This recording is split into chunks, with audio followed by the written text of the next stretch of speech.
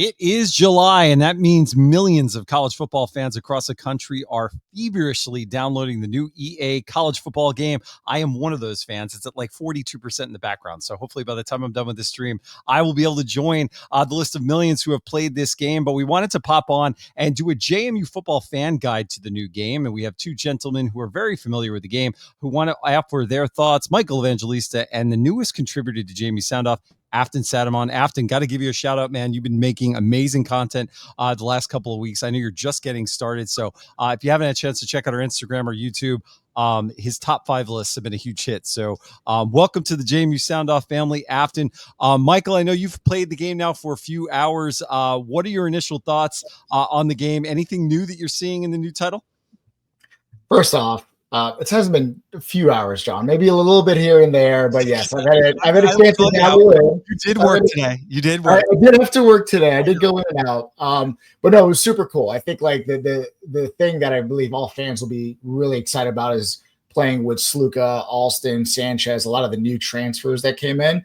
I will say this: if you're playing offense, you're gonna love playing with the Dukes on College Football 26. Tons of love for the quarterbacks. You know, Alonzo Barnett's like at 86, Luca's at 82. Really solid players. Petaway's at 87. Io Davies at 86. Lots of love on the receivers, right? Alston's like a 79. And even some of the Richmond kids like Ellis and DeGeneiro are rated really highly on there. So it's a lot of fun. I think also too on the intros, you'll notice that they actually pan on the new side of the stadium versus the old side, which is really cool. They still use like the, Father of the Constitution sort of like lyric at the front, which is nice. But I think they did a good job. There's some bugs. I did notice there's some bugs in the game. I don't know if anyone who's played a lot. Yeah, there always is. Yeah, there's a little bit. We need to go for a few hours. Yeah. Like you can't snap the ball after you like audible it a few times. I've noticed that, which is a little frustrating. But today's the first day. We'll be all right. So, Afton, I know you haven't had a chance to play yet, but you've heard from some fans online some things that aren't in the game. Most notably, I think a lot of us were hoping to see some streamers. Have you heard of anything else that they did not put in the game that, from a JMU fan perspective, you might want to see either in an update or in a future title of the game? Well, there's obviously the streamers, which is a big hit, but that's okay. And then Duke Dog. It is kind of annoying not to have our mascot, but they could still add it in a future update. And then there's you have all these other mascots in the game. I feel like that's a standard thing that you could just like upload and just enhance the whole experience for a lot of fans. I thought that was a big blunder, right? Yeah. Like having Duke Dog run out and just having him in the background, like that. I feel like that would have been an easy addition. I agree. I think that's a big hit. I did see something that already is enough reason to buy the game is that they have a more enhanced Pop-Tarts bowl experience. So they actually have the mascot go down into the toaster. That's pretty cool. I've also heard that they've enhanced some of the bowl game celebrations, which I think should add to it. From Michael, your first couple of, not hours playing it, first couple of introductions into the game. What about gameplay? Expanded playbook, is that something you've kind of noticed? I know you're saying from an offensive perspective, JMU's pretty fun, but I know that they went around to the colleges to really personalize the playbooks to the team's experience. Have you noticed that in your initial plays? Yeah, I think obviously not a master of this just yet, but you are able to sub now based on formations, which is a lot of fun. So if you want to push, if you might, and if any fan remember the Charlotte game when we motioned Petaway out to the outside and just threw it down the field. We can put him at wide receiver now if you really wanted to, which is really cool. There's a lot of new like motions. There's like group motions that can happen instantly on the fly. Some more option plays, which is exciting. If you're more of a Matt Sluka running up the middle, Rodney Landers style of gameplay, you can do that. So I haven't played too much into it, but the RPO game looks very much enhanced. So Afton, I got to ask you, when you fire up the game for the first time, what's your matchup that you go to whenever you get on to the first time, you sign in, you pick the Dukes as your favorite team? Are you jumping right into like the season mode, trying to build your team, or are you playing some exhibition games to say, hey, I'd love to see the Dukes versus X, Y, and Z? I'm curious what you think. I am going to do the exact same thing as last year. I'm going to hop into a play now against Wisconsin. Run back like March Madness 2.0 just with football. So I did last year. Same thing this year at home. All right, Michael. I know you were sending out. I think you were playing ODU at first, or you were playing Delaware. Your first game, you going right in. I know you're probably playing Indiana. I have a feeling. Oh, that's a tough one. But by the way, some of those former players look really good in the game. They're like 90 plus, so which still hurts a little bit. Still hurts a little bit, but it's got to be ODU. That's like my test. Last year when I thought I could still get on the sticks, it's been like 11 years since I played a college football game, and I played ODU, and they did like a zone option for like 85 yards down the middle, and I was like, well, I'm not as good as I remember. Yeah. Well, I've heard one of the initial reviews and guys who have gotten the game and had a chance to play an advanced copy. I've heard that defense is definitely a lot more advanced in this game. And the AI is a little bit better at adapting to your play calls. Because I can tell you, Taylor Thompson for me last year was literally unstoppable. He won the Heisman because you could just throw up a streak from a tight end and he was unstoppable. So I've heard they've kind of tweaked some of that. So it's going to be a little bit harder to go back to the same play from time to time. I will say my dream matchup, I have to go is probably, I always play JMU versus Virginia Tech or one of the Virginia schools. I like to get those games in early. But my favorite part of the game is building and doing the recruiting. I love the Dynasty mode. So that's definitely what I'll be hopping into. Probably we'll be a little bit sleep deprived this week as I stay up a little late and start doing some of these things.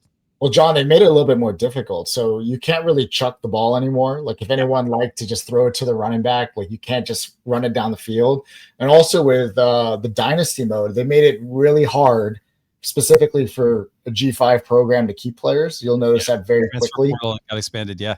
There's a little bit more of that stuff. I haven't got into like the weeds of it, but I noticed it right away. It's like everyone's like risky to transfer like in game one. You'll notice that like right off the jump. So that was interesting to see. Well, I mean, it's realistic. If it's in the game, it's in the game. That's the slogan. One thing that's made the rounds on social media is the image that they have of Bob Chesney. How do you think Coach looks on the sideline? I heard he looks like he's been hitting the gym pretty hard.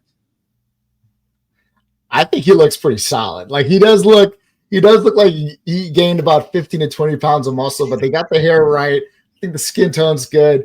Kind of gave him a big neck, in my opinion. He kind of looks like a young Ed Ogeron, but like. Well, JMU does have a new strength and conditioning program here, new coach. So he's got him in the gym and in the digital sense as well. Yeah, he's putting in some work.